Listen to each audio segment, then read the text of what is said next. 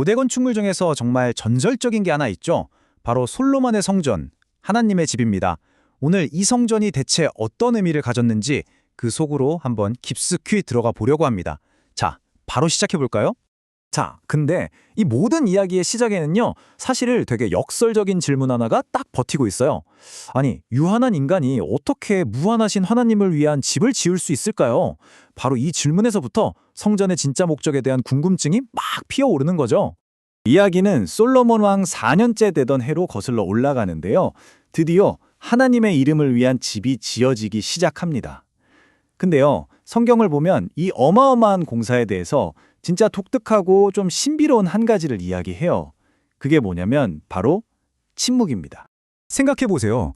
무려 7년이나 걸린 이 거대한 공사 현장에서 망치 소리나 도끼 소리가 전혀 들리지 않았다는 거예요. 이게 뭘 의미할까요?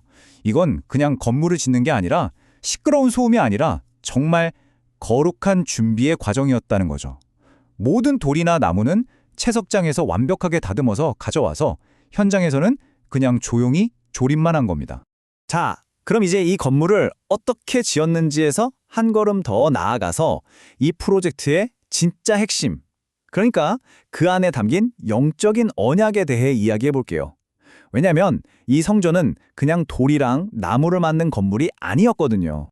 물론 딱 봐도 규모가 어마어마했습니다. 길이가 한 27m, 너비가 9m, 높이가 13.5m 정도 됐으니까요. 근데 진짜 놀라운 건 바로 내부예요. 안에는 돌이 하나도 안 보이게 최고급 백향목으로 싹 다 덮고 그 위를 전부 순금으로 입혔다고 합니다. 상상만 해도 번쩍번쩍하죠. 하지만 이 모든 화려함의 목적은 딱 하나였어요. 바로 언약궤를 모시기 위한 거였습니다. 하지만 이 성전을 떠받치는 진짜 기초는 돌이 아니었어요. 바로 하나님의 약속이었습니다. 네가 내 말을 따르면 내가 너희와 함께 있겠다. 건물 그 자체가 중요한 게 아니라 하나님의 말씀을 따를 때 비로소 그분의 임재가 함께한다는 일종의 조건이 걸린 언약이었던 거죠. 그러니까 성전은 결국 하나님과 어떻게 살아가야 하는지를 보여주는 상징이었던 셈입니다. 자, 근데 여기서 이야기가 좀 흥미로워집니다. 성전 건축 기간이랑 솔로몬이 자기 자신을 위해 지은 왕궁 건축 기간을 비교해보면 꽤 의미심장한 질문이 하나 떠오르거든요. 여기 차트 한번 보시죠.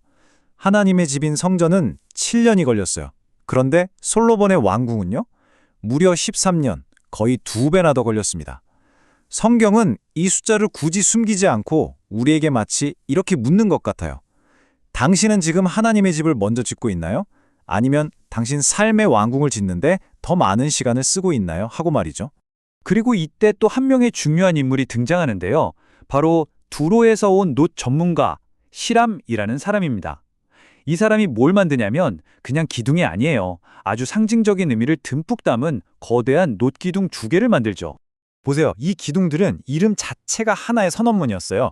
오른쪽에 있는 기둥 이름이 야긴, 그가 세우신다는 뜻이고요.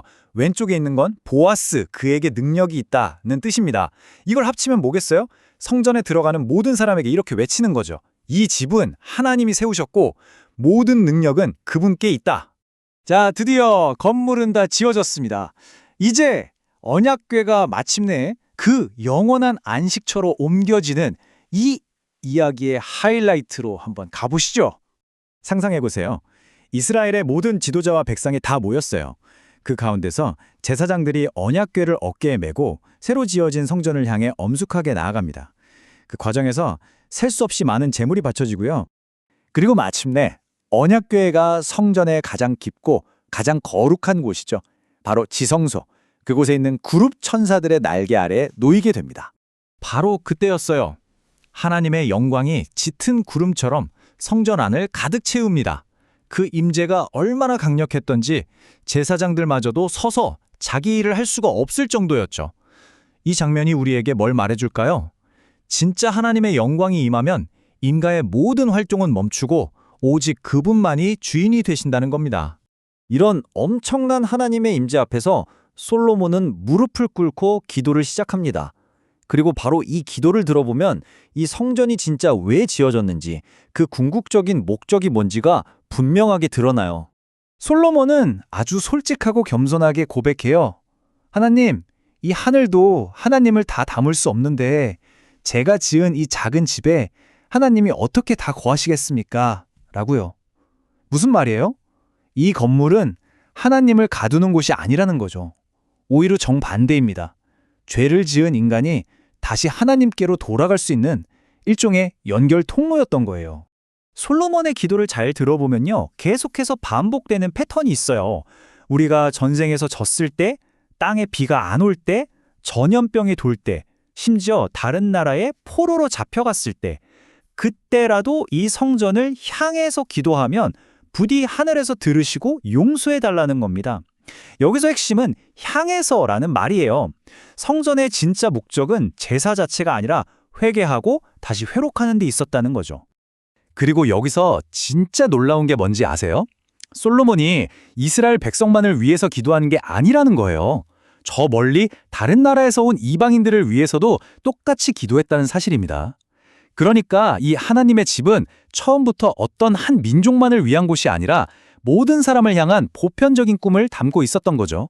자, 이제 거의 다 왔습니다. 그렇다면 이 모든 화려함과 웅장함을 넘어서 하나님께서 궁극적으로 원하셨던 건 대체 뭐였을까요? 그 핵심을 한번 짚어보겠습니다. 모든 봉헌 예식이 끝나고 솔로몬이 백성들 앞에 서서 이렇게 선포합니다. 하나님께서 우리에게 하셨던 그 모든 좋은 약속들 중에 단 하나도 이루어지지 않은 것이 없다고 말이죠. 그리고 바로 눈앞에 서 있는 이 성전이 그 신실하심을 보여주는 가장 확실한 증거가 된 겁니다. 그리고 나서 마지막 가장 중요한 메시지를 전합니다. 그러니 여러분, 여러분의 마음을 하나님께 온전히 바치십시오. 성전은 번쩍이는 순금으로 지어졌지만 하나님께서 진짜 원하셨던 건 그 금이 아니었어요. 바로 우리의 온전한 마음, 내면의 헌신이었던 거죠. 솔로몬 성전의 건축은 맞습니다. 이스라엘 역사에서 가장 눈부신 순간 중 하나였어요. 하지만 이 모든 이야기는 결국 우리 각자에게 이런 질문을 던지고 끝나는 것 같습니다. 건물은 화려하게 완성됐습니다. 그런데 정작 가장 중요한 우리의 마음은 과연 준비가 되었을까요?